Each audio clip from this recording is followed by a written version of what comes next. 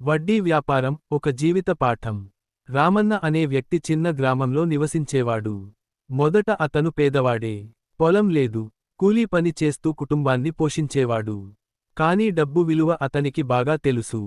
డబ్బు చేతిలో ఉంటే ప్రపంచమే మన కాళ్ల దగ్గర ఉంటుంది అనే ఆలోచన అతని మనసులో బలంగా ఉండేది.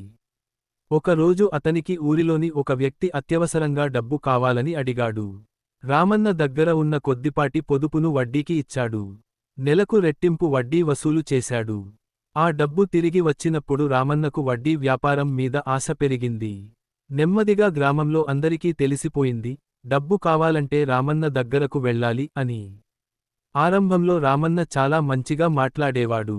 కానీ డబ్బు పెరిగే కొద్దీ అతని మనసు కఠినంగా మారింది.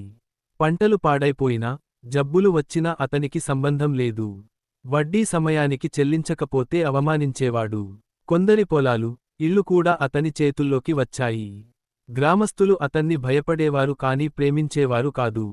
ఒకరోజు రామన్న కొడుకు తీవ్ర అనారోగ్యానికి గురయ్యాడు. చికిత్సకు పెద్ద మొత్తంలో డబ్బు అవసరమైంది. అతను ఎంతోమందిని సహాయం అడిగాడు. కాని ఒకప్పుడు తాను బాధపెట్టిన వారెవరూ ముందుకు రాలేదు.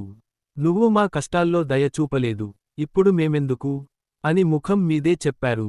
ఆ రోజు రామన్న కళ్లకు నిజం కనిపించింది. డబ్బు ఉన్నా మనుషుల ప్రేమ లేకపోతే అది వ్యర్థమని అర్థమైంది. చివరికి తన ఆస్తిలో కొంత అమ్మి కొడుకును కాపాడుకున్నాడు.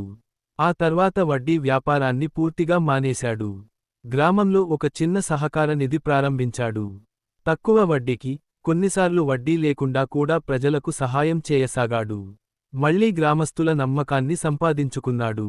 డబ్బు మనిషిని గొప్పవాడిని చేయదు, మంచి మనసే మనిషిని గొప్పవాడిని చేస్తుంది అనే సత్యాన్ని రామన్న తన జీవితంతో నిరూపించాడు.